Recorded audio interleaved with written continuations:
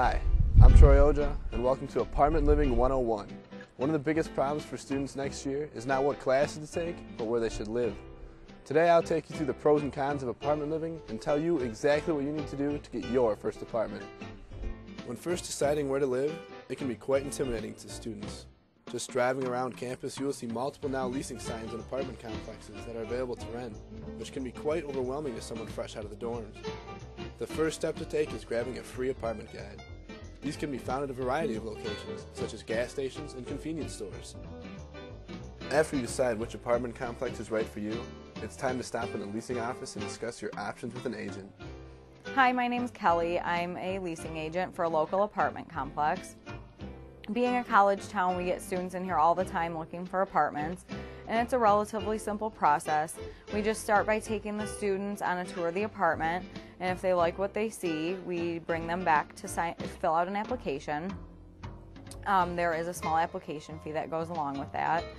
And then we run a background check and a credit check on the application, and if everything clears out, we call the students back to discuss the lease terms. We can do leases from 10 months to a year, depending on whether they just want it for the school term or for the whole year. And then we just have them sign the lease and put down their security deposit, which can vary depending on which apartment complex they're at. And some students bring their parents in with them if they are first-time apartment renters, and that's just fine.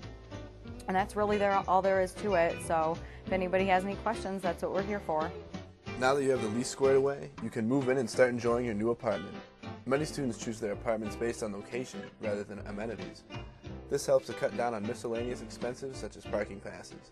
Let's see what CMU senior Karol Dyksinski has to say about some of the benefits of apartment living. My favorite thing about apartment living is the fact that I have space to move around, hang out with my friends, I can invite them over and we don't feel so crammed, and we can play video games and I can do whatever I want, really. What I really like about apartment living is privacy. I get my own bedroom in an apartment. In the dorms, you usually share the bedroom with another person, and then you're kind of crammed in where the bedroom was right next door, and you had the walls that had holes in them, so you could hear everything that's going on.